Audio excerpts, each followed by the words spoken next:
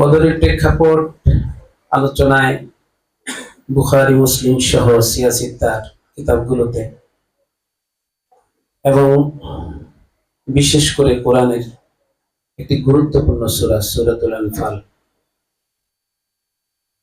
এই সূরাতুল আনফালটা প্রথম কথা হলো আমাদের সকলের পড়ার তালিকায় থাকা প্রয়োজন। এইখানে বদরের প্রেক্ষাপট আলোচনা হয়েছে। বদরের এই যুদ্ধ সংঘটিত হওয়ার কারণ এই সূরায় আলোচনা হয়েছে। ফলাফল কি হয়েছে সে বিষয়ে আলোচনা হয়েছে। এখানে কোন বিষয়ে দ্বন্দ্ব ছিল সে বিষয়ে আলোচনা হয়েছে। আল্লাহ তাআলা আমাদেরকে সেদিকে ইঙ্গিত করে বলেন, ওয়াযকুরু ইদ আনতুম কালীলুম মুস্তাদআফুনা ফিল আরদ। কিয়ামত পর্যন্ত যত মানুষ পৃথিবীতে আসবে সকলকে আল্লাহ তাআলা এই সম্বোধন করছেন, তোমরা স্মরণ করো যখন তোমরা সংখ্যায় খুব কম ছিলে, স্বল্প সংখ্যক মানুষ ছিলে, জমিনে তোমাদেরকে দাবিয়ে রাখার চেষ্টা হয়েছিল। এটা আমাদের জন্য, যে কোনো সমাজে কাজ করার জন্য এটা আমাদের স্পিড, এটা আমাদেরকে সাহস যোগাবে এই আয়াতগুলো।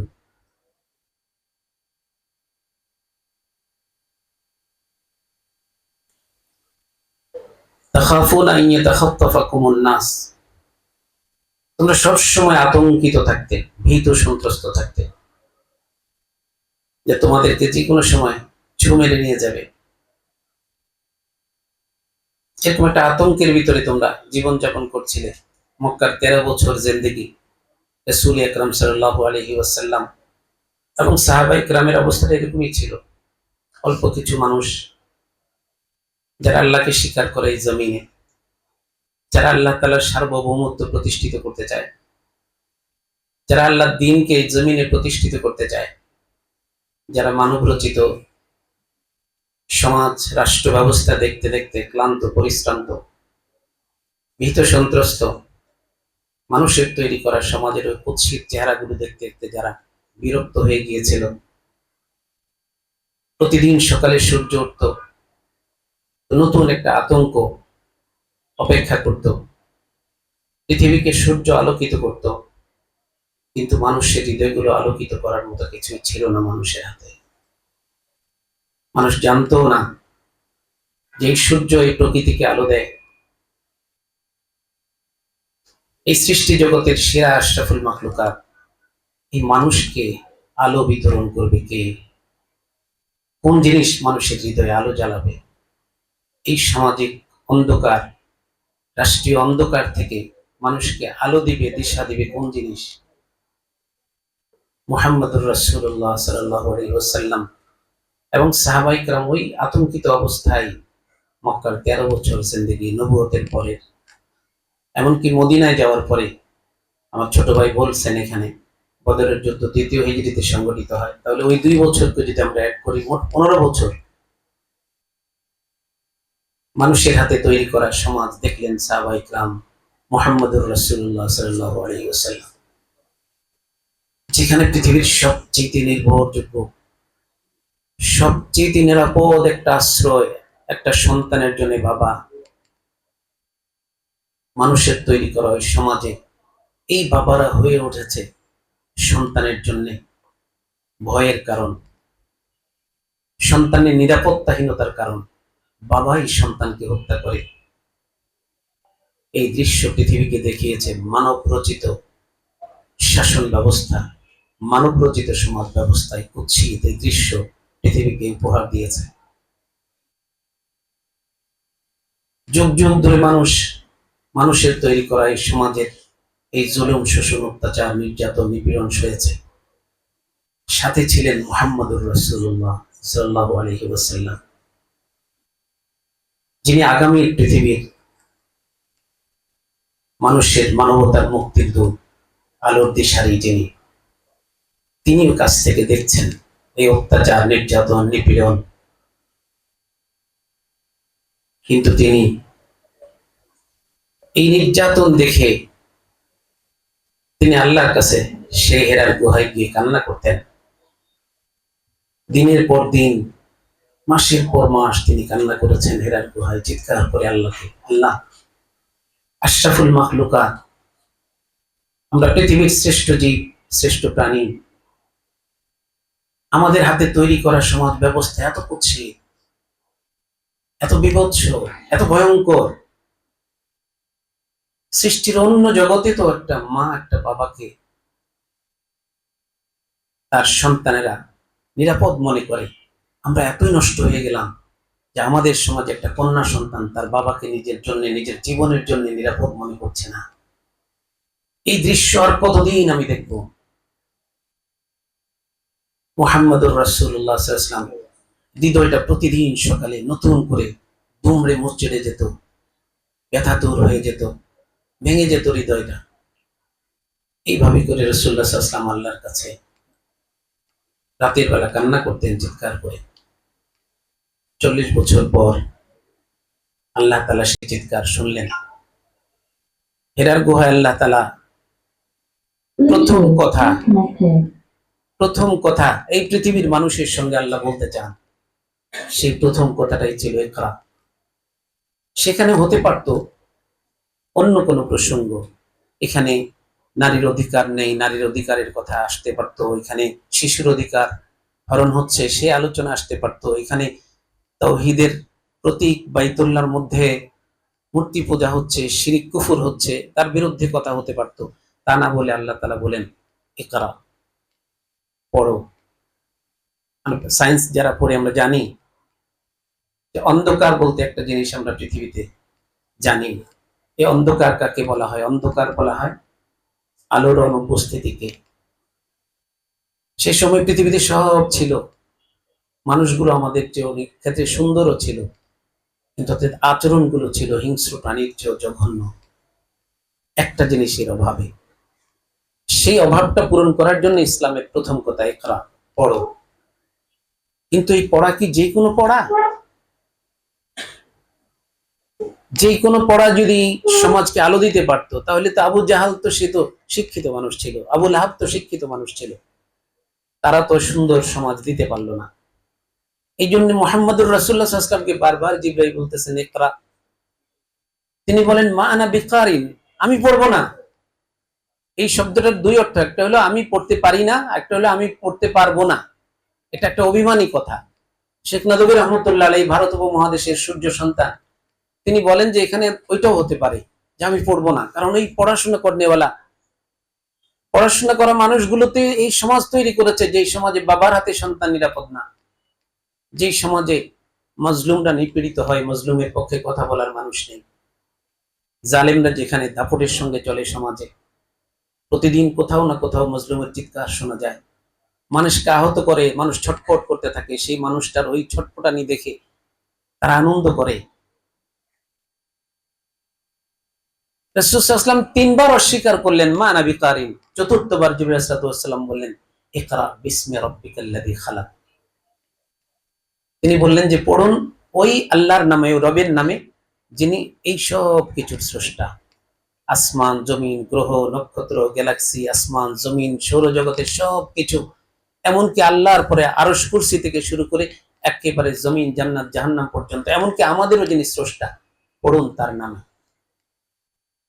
যখনই শিক্ষার সম্পর্ক রবের সঙ্গে যুক্ত করে দিলেন জিবরাইল সাল্লাল্লাহু আলাইহি ওয়াসাল্লাম, আর দেরি করলেন না, মুহাম্মদুর রাসূলুল্লাহ সাল্লাল্লাহু আলাইহি ওয়াসাল্লাম পড়তে শুরু করলেন ইকরা বিসমি রাব্বিকাল্লাযী খালাক। তিনি বিশ্বাস করে নিলেন এই শিক্ষা যখন রবের সঙ্গে সম্পৃক্ত, তিনি রহমান, তিনি তো শিক্ষক হিসেবে তার পরিচয় তুলে ধরেছেন, আর রহমান ও আল্লামাল কোরআন, আমি দয়াময় প্রভু, আমি কোরআন শিক্ষা দিয়েছি। দয়াময়ের শিক্ষা সমাজকে দয়া মায়া মমতা দিয়ে ভরে দিবে, এখানে হিংস্রতা থাকবে না, জুলুম থাকবে না, এখানে বৈষম্য থাকবে না। বৈষম্যহীন একটা সমাজ তৈরি করতে হলে এমন একজনের কাছ থেকে শিক্ষা নিতে হবে যার বৈষম্য করার কোনো অবকাশই নেই, না আছে যার কোনো স্ত্রী, না আছে তার সন্তান, না আছে তার কোনো দল, না আছে তার কোনো আপনজন, যাদের জন্য আজকের সমাজে বৈষম্য তৈরি করা হয়। এরকম বৈষম্য তৈরি করার কোনো জায়গাই তো তার নেই। এমন একজন রব তার পক্ষ থেকে যে শিক্ষা দেওয়া হচ্ছে, এই শিক্ষার আলোকে যখন সমাজকে সাজানো হবে, এই সমাজ হবে বৈষম্যহীন, জুলুম মুক্ত, ইনসাফ ভিত্তিক, প্রান্তিকতা শূন্য, ভারসাম্যপূর্ণ একটা রাষ্ট্র ব্যবস্থা, টেকসই একটা সমাজ ব্যবস্থা ও রাষ্ট্র ব্যবস্থা। রাসূলুল্লাহ সাল্লাল্লাহু আলাইহি ওয়াসাল্লাম পড়তে শুরু করলেন, ইকরা বিসমি রাব্বিকাল্লাযী খালাক, খালাকাল ইনসানা মিন আলাক, ইকরা ওয়া রাব্বুকাল আকরাম আল্লাযী আল্লামা বিল কলম, আল্লামাল ইনসানা মা লাম ইয়ালাম। বুঝাইলেন আমাদেরকে যে কোনো শিক্ষায় শিক্ষিত হওয়া আদম সন্তানের কাজ না, কারণ আমরা নবীর সন্তান। নবীর সন্তান তো নবুয়তের কাছ থেকে ইলম নেবে। আদম আলাইহিস সালাতু ওয়াস সালামকে পৃথিবীর মানুষের চলার জন্য, দুনিয়া ও আখিরাতে উভয় জগতে একজন মানুষকে সফলভাবে চলার জন্য যা যা প্রয়োজন, ওয়া আল্লামা আদম আল আসমা কুল্লাহ, সবই দেওয়া হয়েছে। বিজ্ঞান বলেন, ফিজিক্স বলেন, কেমিস্ট্রি বলেন, যত ধরনের জ্ঞান হযরত আদম আলাইহিস সালাতু ওয়াস সালামকে আল্লাহ তাআলা দান করেছেন। দুনিয়া বিজ্ঞানও দান করেছেন, দ্বীনি ইলমও দান করেছেন। সেই আদমের সন্তান হয়ে যাকে আল্লাহ তাআলা খলিফা করে দুনিয়াতে প্রেরণ করেছেন, খলিফা তো তার প্রধান, যিনি যার পক্ষ থেকে তিনি প্রেরিত, তার জ্ঞান ছাড়া তো তিনি সমাজ পরিচালনা করতে পারেন না। এই কারণে প্রথম সমাজ নির্মাণ করবেন আল্লাহ তাআলা, প্রথম ব্যক্তি একজন নবী। আমাদেরকে আমাদের পলিটিক্যাল সায়েন্সে ভুল পড়ানো হয় যে পলিটিক্যাল সায়েন্স, রাষ্ট্রের ধারণা কিভাবে আসছে, আমাদেরকে এই কথাগুলো বলানো হয়। একসময় সামাজিক সন্ধি বলতে একটা কিছু হয়েছে, একটা দুইটা পরিবার বাড়তে বাড়তে বাড়তে বাড়তে নিজেদের ভিতরে পরস্পর দ্বন্দ্ব, মতনৈক্য হতে শুরু করলো, স্বার্থ নিয়ে কামড়াকামড়ি হতে শুরু করলো। এক পর্যায়ে গিয়ে মানুষ সিদ্ধান্ত নেয়, ঠিক আছে, সমাজের একজনকে আমরা প্রধান করি, তিনি যেভাবে আমাদেরকে দিক নির্দেশনা দিবেন, এইভাবে আমরা চলবো। এইভাবে রাষ্ট্রের ধারণা আসে না, এটা একটা মিথ্যা। আমাদেরকে এত অন্ধকারে আল্লাহ তাআলা ছেড়ে দেন নাই। আমরা নবীর সন্তান, এই জন্য প্রথম পরিবারের প্রধান একজন নবী। একটা পরিবার যেন নবুয়তের আলো থেকে এক সেকেন্ডের জন্য বঞ্চিত না থাকে। আগে দ্বন্দ্ব হবে, কলহ হবে, মারামারি হবে, এরপরে সমাধান। ইসলাম এটাকে বিশ্বাস করে না। আগে রাষ্ট্রে গন্ডগোল হবে, এরপরে যে গন্ডগোল মিটানোর জন্য ব্যবস্থা করা হবে, এটা ইংরেজদের থিওরি। আল্লাহ পৃথিবীর সৃষ্টির আগেই বলেছেন, ইন্নী জাইলুন ফিল আরদি খলিফা, আমি আমার একজন প্রতিনিধি প্রেরণ করব। আমার নিখুঁত পরিচালনা ব্যবস্থার আলোকে আমার প্রতিনিধি পৃথিবীকে প্রথম দিন থেকেই পরিচালনা করবেন। এই জন্য রাষ্ট্রপ্রধানও তিনি, পরিবার প্রধানও তিনি। তিনি একজন মানুষ, তিনি একজন নবী, তিনি একজন শিক্ষিত ব্যক্তি। আজকে শিক্ষার নামে আমাদের মুসলিম বিশ্বে আমাদেরকে যেটা দেওয়া হচ্ছে, যেটা আমাদের বৃহত্তর জেনারেল শিক্ষা, এই শিক্ষার সম্পর্ককে আল্লাহর সঙ্গে, স্রষ্টা থেকে এই শিক্ষাকে আলাদা করে দেওয়া হয়েছে বহু আগে ইংরেজরা পরিকল্পিতভাবে আমাদেরকে একটা বিশৃঙ্খল, একটা উশৃঙ্খল সমাজ তৈরি করার জন্য, একটা প্রাণীদের, ইতর প্রাণীদের একটা সমাজ তৈরি করার জন্য তারা আমাদের এই শিক্ষাকে আল্লাহর সম্পর্ক থেকে আলাদা করে দিল, নবীর সম্পর্ক থেকে আলাদা করে দিল। এই জন্য ব্রিটিশ একজন শিক্ষক, শিক্ষাবিদ, তিনি বলেছেন যে শিক্ষা হবে সেটাই, ওই প্রয়াস, যেই প্রয়াসটা চালিয়ে যাবে পিতা মাতা তার পূর্বপুরুষের যে আদর্শ, সেই আদর্শটা তার পরবর্তী জেনারেশনকে দিয়ে যাওয়ার জন্য যে প্রয়াস, প্রচেষ্টা, এটার নাম হলো তালিম, এটার নাম হলো শিক্ষা। কিন্তু আমাদের শিক্ষার নামে যেটা দেওয়া হচ্ছে, এটা আদৌ শিক্ষা নয়। এখানে অনেক গ্যাপ। আমার বাবা আদম আলাইহিস সালাতু ওয়াস সালামের যে শিক্ষা, যে তালিম, আমার নবী মুহাম্মদুর রাসূলুল্লাহ সাল্লাল্লাহু আলাইহি ওয়াসাল্লামের যে তালিম, এই তালিম থেকে আমাদেরকে আলাদা করা হয়েছে। বদরের প্রেক্ষাপটে আমি যাচ্ছি, পিছন থেকে আমি টানতে চাই। অনেকে ছোট্ট জায়গা থেকে বদরের প্রেক্ষাপট টানে, এই ঘটনাকে কেন্দ্র করে এই সমস্যা, এই ঘটনাকে না, এটা অনেক আগ থেকে তৈরি হওয়া একটা প্রেক্ষাপট। এখানে বস্তুবাদ এবং তাওহীদের লড়াই চলছিল, এখানে একত্ববাদ আর বস্তুবাদের লড়াই চলছে। একত্ববাদের সঙ্গে তারাই থাকবে যারা আল্লাহর পক্ষ থেকে ইলম এবং জ্ঞান অর্জন করবে, তারা একত্ববাদের পক্ষে কাজ করবে। যারা শয়তানের পক্ষ থেকে জ্ঞান অর্জন করবে, তারা বস্তুবাদের পক্ষে থাকবে। এইভাবে রাসূল আকরাম সাল্লাল্লাহু আলাইহি ওয়াসাল্লামের উপরে নতুন সমাজ, নতুন রাষ্ট্র নির্মাণের জন্য আল্লাহ তাআলা যে শিক্ষা রাসূলুল্লাহ সাল্লাল্লাহু আলাইহি ওয়াসাল্লামকে দান করলেন, এই শিক্ষার আলোকে সমাজ গড়বে। রাসূলুল্লাহ সাল্লাল্লাহু আলাইহি ওয়াসাল্লাম যখন এই শিক্ষার প্রচার প্রসার শুরু করলেন, ওই মুহাম্মদ 40 বছর পর্যন্ত যাকে সত্যবাদী আলামিন বলা হতো, বিশ্বস্ত বলা হতো, সমাজের একজন ভালো মানুষ বলা হতো যাকে, এমনকি আবু জাহাল আবু লাহাবও বলতো। কিন্তু তাদের ওই যে জাহিলি সমাজ ব্যবস্থাকে দৌড়ে মুছড়ে দেওয়ার জন্য চুরমার করে নতুন সেই ধ্বংসস্তূপের উপরে তাওহীদের ভিত্তিতে রাষ্ট্র পরিচালনা হবে, সমাজ নির্মাণ হবে, শুরু হলো তাদের সঙ্গে এখানেই দ্বন্দ্ব। বদরের যুদ্ধের প্রেক্ষাপট ওইখান থেকে শুরু হয়েছে। অনেকে বলতে চান, আমাদের অনেক মুসলিম লেখকরাও বদরের যুদ্ধের প্রেক্ষাপট বলতে গিয়ে প্রভাবিত হন একটা কথা থেকে, যে আবু সুফিয়ান মক্কার সমস্ত নারী পুরুষদের সকল অর্থ নিয়ে সিরিয়ায় গেল ব্যবসা করার জন্য। একটা ব্যবসায়িক কাফেলাকে অ্যাটাক করার জন্য মুহাম্মদুর রাসূলুল্লাহ সাল্লাল্লাহু আলাইহি ওয়াসাল্লাম কেন বের হলেন মদিনা থেকে? এটা একটা প্রশ্ন, এটা গুরুত্বপূর্ণ একটা প্রশ্ন। একটা ব্যবসায়িক কাফেলাকে কেন তিনি আক্রমণ করবেন? কিন্তু আপনাদের জানা থাকা দরকার, এই ব্যবসায়িক কাফেলাটা কেন প্রস্তুত করা হচ্ছে? আবু সুফিয়ান নেতৃত্বে এই ব্যবসাটা করাই হচ্ছে ওই যে 13 বছর পর্যন্ত 15 বছর পর্যন্ত ইসলামকে জমিন থেকে মিটে দেওয়ার জন্য চেষ্টা চলছিল।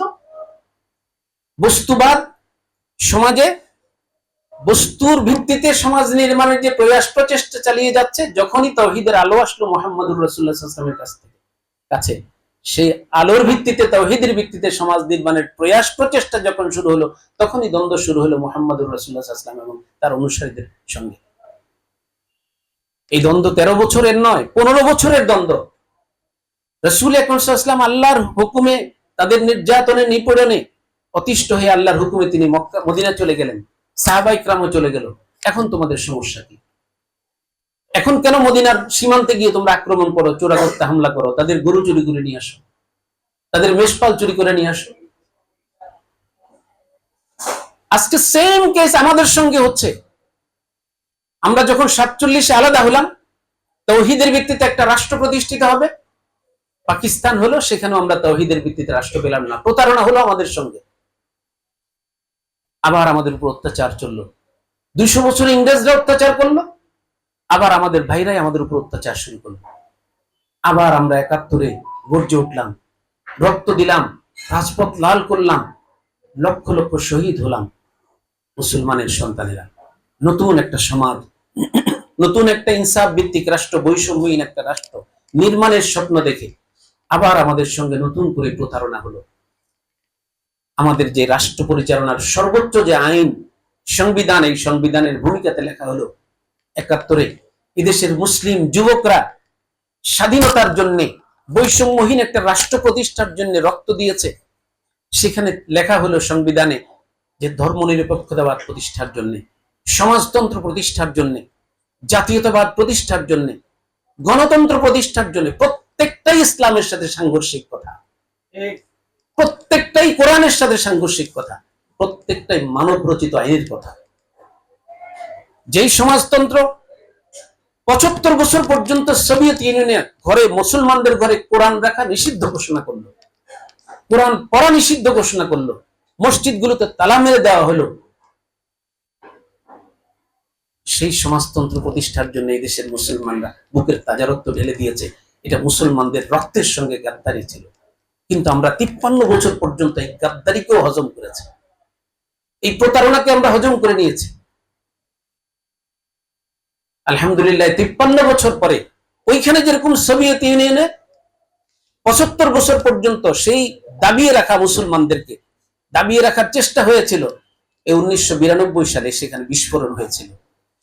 বিস্ফোরণ হয়ে 7টা মুসলিম রাষ্ট্র প্রশমিত হলো সোভিয়েত ইউনিয়ন ভেঙে। প্রত্যেকটা মুসলিম রাষ্ট্রে হাজার হাজার হাফেজে কোরআন ছিল, কোরআনকে আটকে রাখতে পারেনি। মাটির নিচে ব্যাংকার খুদে মুসলমানের সন্তানদেরকে উলামা ইকরাম কোরআন শিখিয়েছে, দিন শিখিয়েছে, ইসলাম শিখিয়েছে। এটা একটা বিস্ময়কর, কোরআনের বিস্ময় এটা, কোরআনের মুজিজা এটা। ঠিক আমাদেরকে এখানে 52 বছর 53 বছর পর্যন্ত দাবিয়ে রাখার চেষ্টা হলো। শেষ পর্যন্ত আমাদের স্কুল কলেজের কোমলমতি শিশুরা ঝাঁপিয়ে পড়লো, রক্ত দিল যে না, আর প্রতারণা চলতে পারে না, আর বৈষম্য চলতে দেয়া যায় না, মানবরচিত আইন দেখেছি আমরা 53 বছর পর্যন্ত। আর আমরা মানবরচিত আইন দ্বারা পরিচালিত হতে চাই না, আমরা আমাদের স্রষ্টার আইন দ্বারা পরিচালিত হতে চাই। স্রষ্টা যে নবী প্রেরণ করেছেন আমাদের পিতা আদম আলাইহিস সালাতু ওয়াস সালাম, আমাদেরকে সেখানেও ভুলানোর চেষ্টা হলো। নবীর ওই নবুয়তের ধারা থেকে আমাদেরকে আলাদা করতে পারলেই তো শয়তানি শিক্ষা আমাদেরকে দিতে পারে, আর সেটাই করা হয়েছিল। তো সেই জন্য আমাদের স্কুল কলেজের ছাত্রদের ভিতরে ওই যে চেতনা ফিরে আসছে যে না, আমরা নবীর সন্তান। আমাদেরকে ওইখান থেকে বিচ্ছিন্ন করে নিয়ে যাওয়া হলো কোথায়? সেই আফ্রিকার জঙ্গলে, যা আমাদের পূর্বপুরুষ ছিলেন বানর আর হনুমান। এটা অনুমান, এটা কোনো নিশ্চিত কোনো কথা না। অথচ আল্লাহ তাআলা নিশ্চিত ভাবে বলেছেন যালিকাল কিতাবু লা রাইবা ফি, যেই গ্রন্থে আল্লাহ তাআলা এই কথা বলেছেন, স্বতন্ত্র একটা সূরা নাযিল করেছেন আল্লাহ তাআলা আমাদের জন্মের ইতিহাস বর্ণনা করতে গিয়ে। সূরা নিসা, ইয়া আইয়ুহান নাসু তাকু রাব্বাকুমুল্লাযী খালাকাকুম মিন নাফসিন ওয়াহিদা ওয়া খালাকা মিনহা যাওজাহা। আমাদের মাও তৈরি হয়েছেন আমার বাবার ঔরস থেকে, আমার বাবার পাজর থেকে তৈরি হয়েছেন যিনি নবী। অতএব আমরা নবীর রক্ত আমার শরীরে প্রবাহিত, কোন বানর আর হনুমানের রক্ত তোমাদের গায়ে প্রবাহিত হতে পারে, জাফরুল্লাহদের মতো তোমাদের শরীরে বানর আর হনুমানের রক্ত থাকতে পারে। আমরা নবীর সন্তান, আমাদের পিতা আদম নবী আলাইহিস সালাতু ওয়াস সালাম। এটা কিয়ামত পর্যন্ত মুসলমানদের স্মরণ রাখা জরুরি, মুসলমানদের সন্তানদের স্মরণ রাখা জরুরি। সেই জন্য আজকে আমরা আমাদের সন্তানদের রক্তের উপরে দাঁড়িয়ে আজকে কথা বলছি, আমাদের দায়বদ্ধতা আছে এখানে। রাসূল আকরাম সাল্লাল্লাহু আলাইহি ওয়াসাল্লাম 23 বছর পর্যন্ত, 23 বছরের মধ্যে 15 বছর পর্যন্ত, মদিনার 2 বছর আর মক্কার 13 বছর পর্যন্ত এই নির্যাতন নিপীড়ন সইতেছিলেন। যা ইচ্ছা তাই করা হচ্ছিল, যেখানে ইচ্ছা সেখানে, যে কোনো দিন দুপুর বেলা কোথাও খাব্বাবকে, কোথাও বেলালকে রোদের ভিতরে শুয়ে হত্যা করা হচ্ছে, আঘাত করা হচ্ছে। বেলাল আহাদ আহাদ করছে, চিৎকার করছে মরুভূমিতে। আমরা তো সেখানে কারোর উপর হাত তুলি নাই, আমরা তো কোনো সন্ত্রাসী হামলা সেখানে করিনি, কারণ আমাদেরকে তখন আল্লাহর পক্ষ থেকে নির্দেশ ছিল ফাফু ওয়াসফাহু, ক্ষমা সুন্দর দৃষ্টিতে দেখো। সবরও আমাদের একটা তরিকা জান্নাতে যাওয়ার, শুকর আরেকটা তরিকা। আমরা যদি ইসলামের রাষ্ট্র প্রতিষ্ঠিত করতে পারি তাহলে আমরা শুকর আদায় করব, আর যদি রাষ্ট্র প্রতিষ্ঠিত না হয় তার আগ পর্যন্ত আমরা সবরের পথে জান্নাতে যাওয়ার চেষ্টা করব। দুইটাই আমাদের পথ। কোথাও আমাদের ধৈর্য হারা হওয়ার সুযোগ নেই, আমিরের আনুগত্য থেকে বেরিয়ে যাওয়ার কোনো সুযোগ নাই। এখানে আমাদের একজন সাহাবীও মদিনা মক্কায় একজন সাহাবীও এই কথা বলে নাই যে না, রাসূল আকরাম সাল্লাল্লাহু আলাইহি ওয়াসাল্লাম আমাদের আমির হলে হয়েছে, তিনি এভাবে আমাদেরকে বারবার সবর করতে বলবেন, হবে না। না, প্রত্যেকেই জানে যে এখানে ঈমান গ্রহণ করার অর্থ হলো এখানে আমার জীবন দেওয়ার জন্য আমার প্রস্তুত থাকতে হবে, আমার শরীরের প্রতিটা পশম ছিঁড়ে ছিঁড়ে নেওয়া হবে, আমার শরীর থেকে আমার গোশত, আমার চর্বি সব কিছু গলে গলে পড়বে, এই সব কিছু হবে আমার ধ্বনিত হয়েছে।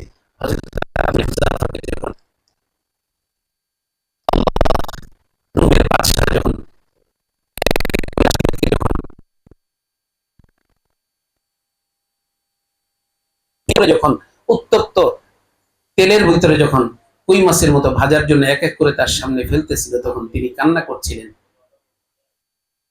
বাদশাহ মনে করেছিল যে তিনি নরম হয়েছে, এখন হয়তো তার প্রস্তাব কবুল করবে। বলে যে তোমাকে যে প্রস্তাবগুলো দিয়েছি সেই প্রস্তাবগুলো এখনো তুমি কবুল করলে তোমাকে ছেড়ে দিব, তুমি কান্না করো না। তিনি গর্জে উঠে বলেছেন, ও রুমের কুকুর, তুমি মনে করেছো আমার ভাইদের প্রাণ যাচ্ছে, শহীদ হচ্ছে, এই ভয়ে, আমার প্রাণের ভয়ে আমি কাঁদছি? আমি তো আমার আল্লাহর সাথে অভিমানের সুরে আমার আল্লাহকে প্রশ্ন করতে চাই, আল্লাহ, আব্দুল্লাহ ইবনে হুযাফাকে একটা প্রাণ দিয়ে তোমার জন্য ঈমানের পরীক্ষা তুমি কি করবা? একটা প্রাণ তো একবারে ঝাঁপ দিলেই চলে যাবে, তুমি আমার শরীরের পশম পরিমাণ প্রাণ যদি আমাকে দিতে, প্রতিবার কতগুলো প্রাণ তোমার এই দ্বীনের জন্য, তাওহীদের জন্য, তোমার সন্তুষ্টির জন্য দিতে পারতাম, তাহলে মোটামুটি একটু ভালো লাগতো, তাহলে মনে করতাম ঈমানের জন্য আমি কিছু দিয়েছি, ত্যাগ করেছি, কোরবানি করেছি। সাহাবায়ে কেরাম এরকম প্রত্যয় নিয়ে মক্কায় ইসলাম গ্রহণ করেছিলেন। তো যেই কথা বলতেছিলাম যে অনেকে মনে করে যে রাসূল আকরাম সাল্লাল্লাহু আলাইহি ওয়াসাল্লাম কেন একটা নিরীহ একটা ব্যবসায়িক কাফেলার উপরে অ্যাটাক করতে গেলেন, সেখান থেকে বদরের যুদ্ধের প্রেক্ষাপট তৈরি হলো। ঘটনা এখানে না, আরো আগে 13 বছর আগে চলে যেতে হবে। মুহাম্মদুর রাসূলুল্লাহ সাল্লাল্লাহু আলাইহি ওয়াসাল্লামের সাহাবীদেরকে তিলে তিলে হত্যা করা হয়েছিল, হযরত সুমাইয়াকে হত্যা করা হয়েছিল, হযরত বেলালকে উত্তপ্ত বালির উপরে হত্যার চেষ্টা হয়েছিল, হযরত খাব্বাবকে হত্যা করা হয়েছিল। এইভাবে অসংখ্য সাহাবায়ে কেরামকে হত্যা করেছে। এই আসমান দেখেছে, জমিন তার সাক্ষী। মুহাম্মদুর রাসূলুল্লাহ সাল্লাল্লাহু আলাইহি ওয়াসাল্লামকে সর্বশেষ হিজরতের দিন হত্যা করার জন্য ঘেরাও করা হয়েছিল। কুরাইশদের সকল গোত্রের যুবকদেরকে নিয়ে মুহাম্মদুর রাসূলুল্লাহ সাল্লাল্লাহু আলাইহি ওয়াসাল্লামের ঘর ঘেরাও করা হয়েছিল। আজকে মুহাম্মদুর রাসূলুল্লাহ সাল্লাল্লাহু আলাইহি ওয়াসাল্লামকে হত্যা করা হবে, আজকে তাওহীদকে চিরতরে মিটিয়ে দেওয়া হবে। এগুলোকে ইসলামের বিরুদ্ধে তাদের বাড়াবাড়ি ছিল না? মুহাম্মদুর রাসূলুল্লাহ সাল্লাল্লাহু আলাইহি ওয়াসাল্লাম আল্লাহর কুদরতে তিনি সেখান থেকে বেরিয়ে হিজরত করে চলে গেলেন মদিনায়। সাহাবায়ে কেরামের এই পুরা 13 বছরের ইতিহাস তাদের জেহেনে আছে। মদিনায় চলে গেলেন তারা, বিদেশে চলে গেলেন শান্তিতে থাকার জন্য। সেখানেও তাদেরকে ফিরিয়ে আনার জন্য চেষ্টা হয়েছিল বারবার। মদিনায় নতুন রাষ্ট্র প্রতিষ্ঠার জন্য মুহাম্মদুর রাসূলুল্লাহ সাল্লাল্লাহু আলাইহি ওয়াসাল্লাম গেলেন। মক্কার সাথে তাদের কোনো সংঘর্ষ নাই, কিন্তু এরা গায়ে পড়ে যায় ওখানে, সীমান্তে গিয়ে আগুন লাগায় দিবে, সীমান্তে গিয়ে লুট করে নিয়ে আসবে, সীমান্তে গিয়ে তাদের গরুর পাল নিয়ে আসবে, উটের পাল নিয়ে আসবে, এইভাবে করে উত্ত্যক্ত করতে লাগলো। সাহাবায়ে কেরাম সবকিছু রাসূল আকরাম সাল্লাল্লাহু আলাইহি ওয়াসাল্লামের চেহারার দিকে তাকায়া, আল্লাহর হুকুমের দিকে তাকায়া তারা অপেক্ষা করছিলেন, যখন আল্লাহর হুকুম আসবে তখন আমরা অ্যাকশনে যাব, এর আগে না। হাত তুলবো না আমরা, কারণ আল্লাহ তাআলা এখন হাত তুলতে আমাদেরকে বলে নাই। এরপর আল্লাহ তাআলা আয়াত নাযিল করলেন, উদিনা লিল্লাযিনা ইউকাতালুনা বিআন্নাহুম যুলিমু, তোমরা যেহেতু মজলুম, তোমাদেরকে জুলুম করা হচ্ছে, জালেমের বিরুদ্ধে, এখন তোমরা হাত তুলতে পারো। এই সব কিছু বদরের প্রেক্ষাপট। দ্বিতীয় প্রশ্ন হলো যে রাসূলুল্লাহ সাল্লাল্লাহু আলাইহি ওয়াসাল্লাম ব্যবসায়িক কাফেলার উপরে অ্যাটাক করার জন্য বের হলেন কেন? এই ব্যবসায়িক কাফেলা, এদের ভিতরে উত্তপ্ত আগুন জ্বালিয়ে দেওয়া হয়েছে আবু জাহালরা, আবু সুফিয়ানরা, মক্কার সমস্ত মানুষ, নারী পুরুষ সকল। সিরাতে ইবনে হিশামের ভিতরে লেখে যে যার কাছে 1 করত্তি স্বর্ণ ছিল, মদিনার রাষ্ট্রকে মিটিয়ে দেওয়ার জন্য, ইসলামকে চিরতরে মিটিয়ে দেওয়ার জন্য ওই 1 করত্তি 1 মাসা স্বর্ণ তারা দিয়েছিল। ওই ব্যবসায় লাভবান হবে, ওই লাভ দিয়ে তারা অস্ত্র কিনবে এবং সেই টাকা তারা মদিনা রাষ্ট্রকে উচ্ছেদ করার জন্য, মদিনা রাষ্ট্রকে নির্মূল করার জন্য তারা কাজে লাগাবে। এটা একটা ষড়যন্ত্র ছিল। রাসূল আকরাম সাল্লাল্লাহু আলাইহি ওয়াসাল্লাম এই জন্য রাসূল আকরাম সাল্লাল্লাহু আলাইহি ওয়াসাল্লাম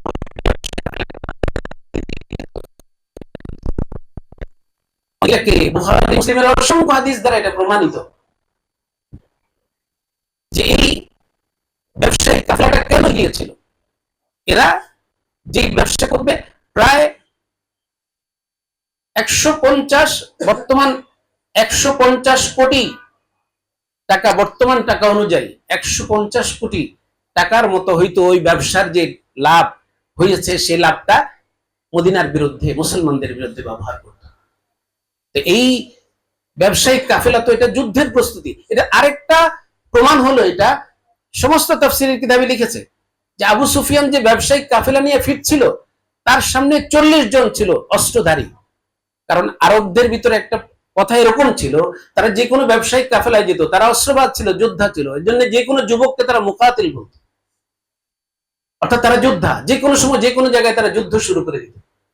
এই জন্য 40 জন অস্ত্রশস্ত্র সজ্জিত ছিল এই ব্যবসায়িক কাফেলার অগ্রভাগে।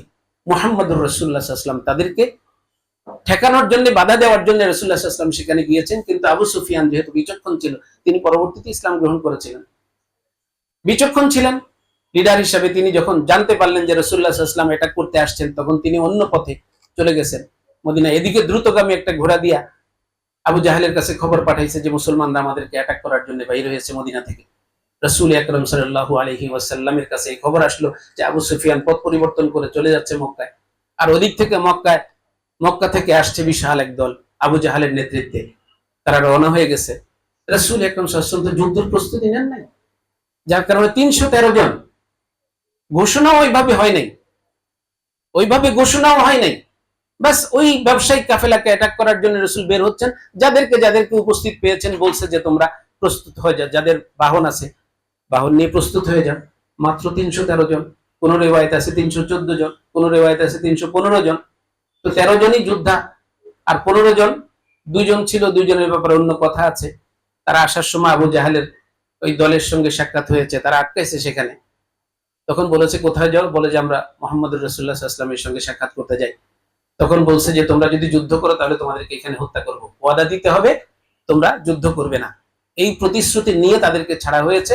যদি 15 জনও হয় তাহলে ওই দুইজন, ওই অতিরিক্ত দুইজন যারা রাসূলুল্লাহ সাল্লাল্লাহু আলাইহি ওয়াসাল্লামের কাছে যখন এই সংবাদ পৌঁছে কাফিরদের সঙ্গে ওয়াদা দিয়ে আসছে যারা যুদ্ধ করবে না, 313 জন আর ওইদিকে 1950 জনের মতো যোদ্ধা, সশস্ত্র যোদ্ধা, তারা প্রশিক্ষিত। কিন্তু ইসলামের ইতিহাসে এটা প্রথম যুদ্ধ। এর আগে ছোট্টখাটো ঝগড়া বিবাদ হলেও সেগুলো এরকম বড় কোনো যুদ্ধ ছিল না। অতএব সাহাবায়ে কেরামের কোনো প্রশিক্ষণ নাই। 313 জন, 3 গুণ শত্রুর সংখ্যা, 2টা ঘোড়া মাত্র, আর ওইদিকে 200 ঘোড়া, 700-র মতো তাদের উট, 600-র মতো তাদের বর্ম পড়া সশস্ত্র যোদ্ধা। এদের মোকাবেলায় রাসূল আকরাম সাল্লাল্লাহু আলাইহি ওয়াসাল্লাম শেষ পর্যন্ত বদরের দিকে রওনা হয়ে গেলেন। মক্কায় আর মদিনায় আর ফিরে গেলেন না। তবে রাসূল আকরাম সাল্লাল্লাহু আলাইহি ওয়াসাল্লাম মশওয়ারা করলেন। এটা একটা গুরুত্বপূর্ণ বিষয়। আপনারা যেহেতু একটা সংগঠনের কাজ করছেন, বদরের যুদ্ধে আপনাদের আমাদের জন্য শিক্ষণীয় অনেক বিষয় আছে। একটা তো হলো যে কোনো সময় যে কোনো অবস্থাতে উত্তপ্ত হওয়া যাবে না, মাথা গরম করা যাবে না। সবর একটা জিনিস আমাদের ভিতরে আছে। বালাইন তাসবিরু ওয়া তাত্তাকু। এই রমজান মাস সবরের মাস, রমজান মাস তাকওয়ার মাস। এই তাকওয়া আমাদেরকে শিখতে হবে। বদরের যুদ্ধ থেকে আমাদেরকে তাকওয়া শিখতে হবে। দেখেন রাসূল আকরাম সাল্লাল্লাহু আলাইহি ওয়াসাল্লামের কাছে এই দুইজন লোক এসে যখন বলছে যে আমাদেরকে প্রতিশ্রুতি নেওয়া হয়েছে আমাদের কাছ থেকে যে আমরা যুদ্ধ করব না, কিন্তু এই 313 জন সাহাবী ওই দুইজনকে দেখার পরে এত বিশাল সৈন্যবাহিনীর মোকাবেলা এখন দুইজনও যদি যুক্ত হয় তাদের কাছে খুশি লাগে। তারা খুশিতে আত্মহারা যে আরো দুইজন যোদ্ধা আমাদের বাড়ছে।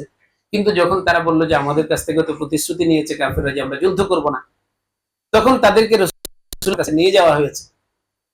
রাসূল আকরাম সাল্লাল্লাহু আলাইহি ওয়াসাল্লাম বললেন, যদি তাদের সাথে তুমি প্রতিশ্রুতি তোমরা দিয়ে আসছো যুদ্ধ করবে না, তাহলে তোমাদের যুদ্ধ করার দরকার নাই।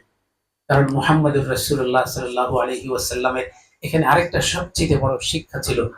ওই আরব থেকে যারা আসছে, ওই কুরাইশের যারা আসছে রাসূলুল্লাহ সাল্লাল্লাহু আলাইহি ওয়াসাল্লামের বিরুদ্ধে যুদ্ধ করার জন্য, সাহাবায়ে কেরামের সাথে যুদ্ধ করার জন্য, তারা বস্তুর উপর নির্ভর করে আসছিল। তারা বস্তুবাদের উপর নির্ভর করে আসছিল। তারা আনন্দ উল্লাস করতে সংখ্যাধিক্যের উপর নির্ভর করে তারা আসছিল। আল্লাহর উপরে তাদের নির্ভরতা ছিল না। অপরদিকে রাসূলুল্লাহ সাল্লাল্লাহু আলাইহি ওয়াসাল্লাম সংখ্যালঘু নিয়ে আসছেন, পরিপূর্ণ নির্ভরতা তার আল্লাহর উপরে ছিল। এই কারণে সারাক্ষণ তিনি আল্লাহর সঙ্গে যোগাযোগ করে যাচ্ছিলেন। আগের দিন রাত্রে তিনি কান্না করছিলেন, পাহাড়ের চূড়ায় তিনি ঝুপড়ি বানিয়ে ওইখানে কান্না করছিলেন। বুখারীতে, মুসলিমে হাদিসটা আছে। পশম দাঁড়িয়ে যাওয়ার মতো দোয়া রাসূলুল্লাহ সাল্লাল্লাহু আলাইহি ওয়াসাল্লাম করেছেন, আল্লাহুম্মা ইন তুহলিক হাদিহিল আসাবা। আল্লাহ মদিনায় যাদেরকে যুদ্ধ করার মতো আমি ডাক দিয়েছি, আমার নবীর ডাকে যারা আসছিল একবারে কুড়ায় কাছে টুকায় নিয়ে আসছি, এরাই তোমার ডাকে দুনিয়াতে। এত বছর পরে, 550 বছর 600 বছর পর এই জমিনে ইসলাম প্রতিষ্ঠার একটা সূর্য আমরা দেখলাম। এরাই হচ্ছে সেই সূর্যের আলো দ্বারা আলোকিত হয়েছে, নিজেদের হৃদয়গুলোকে আলোকিত করেছে। আজকে সবগুলোকে বেছে আমি নিয়ে আসলাম এই বদরের ময়দানে। আল্লাহুম্মা ইন তুহলিক হাদিহিল আসাবা। এই সংখ্যালঘু এই মানুষগুলোকে যদি কুড়িয়ে আনা, এই মানুষগুলোকে, এই প্রাণগুলোকে আল্লাহ তোমার কাছে আজকে ভিক্ষা চাই আমি। কারণ এদেরকে যদি তুমি আজকে শেষ করে দাও, কিয়ামত পর্যন্ত এই জমিনে তোমার নাম নেওয়ার মতো কেউ থাকবে না। এই যে রাসূলুল্লাহ সাল্লাল্লাহু আলাইহি ওয়াসাল্লামের হৃদয় বিদারক এই যে দোয়া, আল্লাহ তাআলার আরশে আজিমে, আরশের সমুদ্রের ঢেউ সৃষ্টি করছে রাসূলুল্লাহ সাল্লাল্লাহু আলাইহি ওয়াসাল্লামের এই দোয়া।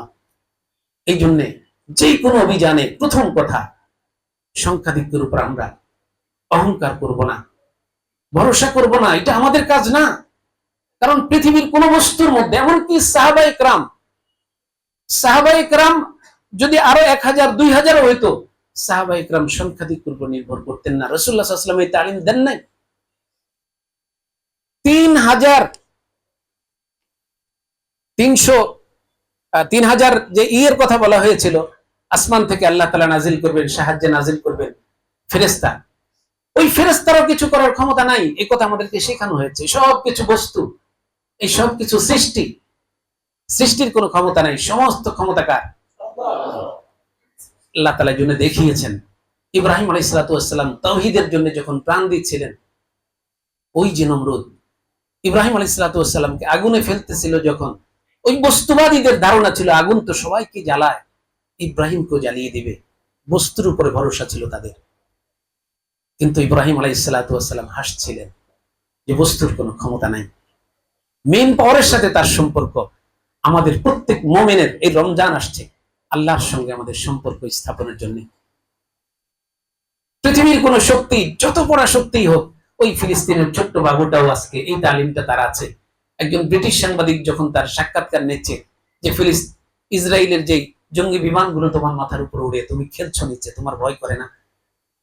ওই ছোট্ট বাচ্চাটা সাবলীল ভাবে বলে, কেন ওদের উপর আমাদের আল্লাহ আছে না?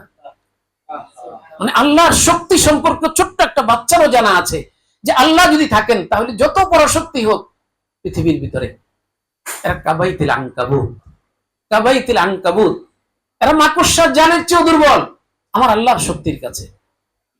ইব্রাহিম আলাইহিস সালাতু ওয়াস সালাম নমরুদের ওই অট্টহাসি দেখে তিনিও হাসছেন, অথচ তাকে কিছুক্ষণ পরে আগুনে ফেলা হবে। ইব্রাহিম আলাইহিস সালাতু ওয়াস সালামের অন্তরে এটা গেড়েছিল এই কথাটা যে আগুনের কোনো ক্ষমতা নেই আমাকে কিছু করার, আগুনের কাজ করবে না। সাহায্য করার জন্য ছেলেকে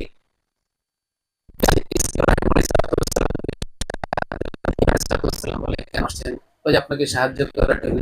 যার জন্য প্রাণ দিচ্ছি তিনি কই? আপনাদের সাহায্য নেওয়ার জন্য। আল্লাহ তাআলার জন্য সরাসরি আগুনকে সরাসরি হুকুম করছেন, ইয়া নারু কুনি বারদান ওয়া সালামান আলা ইব্রাহিম। বস্তুবাদীরা আমাদেরকে শিখায় এই কাঠের কোনো প্রাণ নেই, আগুনের কোনো প্রাণ নেই। কোরআনের এই আয়াত প্রমাণ করে আগুনের শুধু প্রাণ না, আগুনের বিচক্ষণতাও আছে, বোধ শক্তিও আছে, বোঝার ক্ষমতাও আছে। যতবা আল্লাহ স্বয়ং আগুনকে হুকুম করতেন না, ইয়া নারু কুনি বারদান ওয়া সালামান আলা ইব্রাহিম। আল্লাহ আহকামুল হাকিমিন, তিনি কোন বস্তু যার বোধ শক্তি নেই এরকম কোন বস্তুকে তিনি সম্বোধন করে কোনো কথা বলতে পারেন না। তিনি সম্বোধন করার অর্থ হলো আগুন বোঝার ক্ষমতা রাখে। এই জন্য আগুনকে বলেছে ইয়া নারু কুনি বারদান, শুধু ঠান্ডা হলে হবে না, ওয়া সালামান, নিরাপদ হয়ে যাও আলা ইব্রাহিম, ইব্রাহিম আলাইহিস সালাতু ওয়াস সালামের জন্য। শেখ নদভী রাহমাতুল্লাহ আলাইহি বলেন যে এই যে কোরআনে বস্তুবাদীদের বিরুদ্ধে আমাদেরকে কোরআন এই আয়াতগুলো শোনাচ্ছে কেন? হযরত মূসা আলাইহিস সালাতু ওয়াস সালাম যে লাঠি নিয়ে বছরের পর বছর তিনি একসঙ্গে ঘুমান, যখন বাতিলের মোকাবেলা করতে গেলেন, বাতিল তো মনে করলো এটা একটা লাঠি, তিনি মনে করলেন এটা একটা লাঠি। কিন্তু যখন ফেরাউনের জাদুকরদের জাদুর মোকাবেলা যখন লাঠিকে ছেড়ে দেওয়া হলো, ইব্রাহিম আলাইহিস সালাতু ওয়াস সালাম কল্পনা করতে পারেন নাই লাঠি যে এত বড় বিষাক্ত সাপ হয়ে সবগুলো গিলে ফেলে। এই জন্য তিনি লাফ দিয়ে পড়ে গেছেন ভয়ে। আল্লাহ বলছেন লা তাখাফ ইন্নী লা ইয়াখাফু লাদাইয়াল মুরসালুন, আপনি ভয় পাবেন না, আপনি তো এটাকে ধরলেই কাঠ হয়ে যাবে। এই জন্য এটা বস্তু আর বাস্তব দুইটা ভিন্ন জিনিস। আজকে আমরা যখন দ্বীনের কথা বলি, ইসলামের কথা বলি, আমাদেরকে বলা হয় এই মানদাতার আমলের কি পুরান কথা বলে, বাস্তব ভিত্তিক কোনো কথা বলে না। না, বাস্তব ভিত্তিক কথা তোমরা বলো না, তোমরা বস্তু ভিত্তিক কথা বলো। বস্তুর ভিতরে কোনো বাস্তবতা নাই, বাস্তবতা আল্লাহর হুকুমের ভিতরে।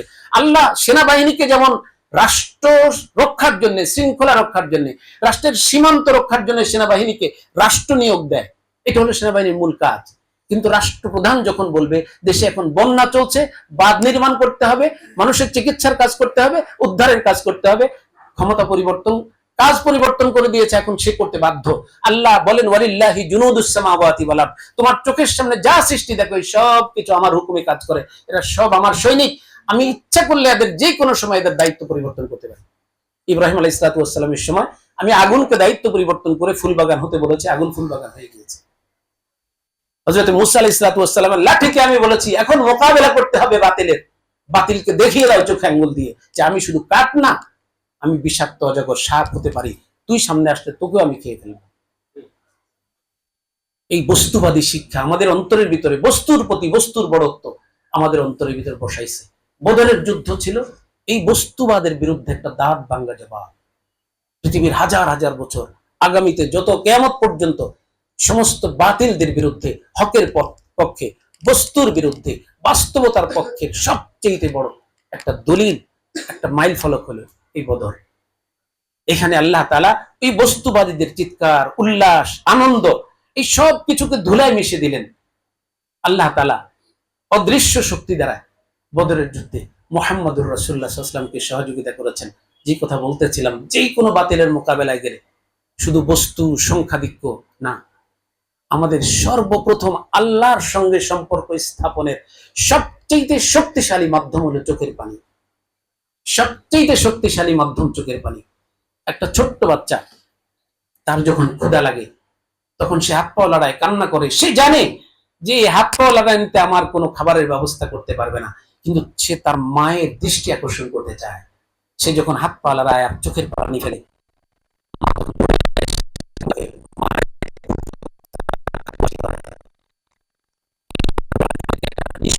ভাষা দিয়েছিলেন জন্ম আলোড়নে। ওই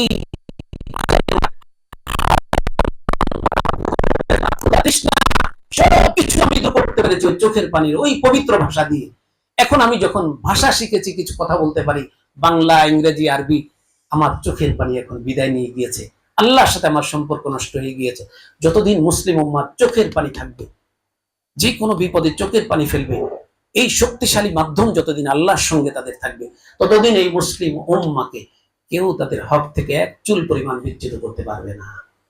এই জন্য ভাইরা আমার, বদর আমাদেরকে শিখায় সংখ্যাধিক্য নয়, অস্ত্র নয়, বৈষয়িক শক্তি নয়, অদৃশ্য শক্তির উপর আমাদের কাবু আনতে হবে। অদৃশ্য শক্তির সাথে আমাদের সম্পর্ক স্থাপন করতে হবে। রমজান আমাদেরকে সেই উপহার দিতে চায় যে আমরা অদৃশ্য শক্তির নির্দেশে রমজানের সারা দিন অতিবাহিত করি। 12 ঘন্টা 15 ঘন্টার এই দিন যেহেতু আল্লাহ তাআলার হুকুমে আমি আমার নিয়ন্ত্রিত হয়, আমার 40-50 বছরের বৃহত্তর যে রোজা, এই রোজাও যেন আল্লাহ তাআলার এই হুকুমের অধীনে নিয়ন্ত্রিত হয়। 12 ঘন্টার রোজার শেষে আমি আমার মায়ের হাতে তৈরি করা শরবত দিয়ে ইফতার করি।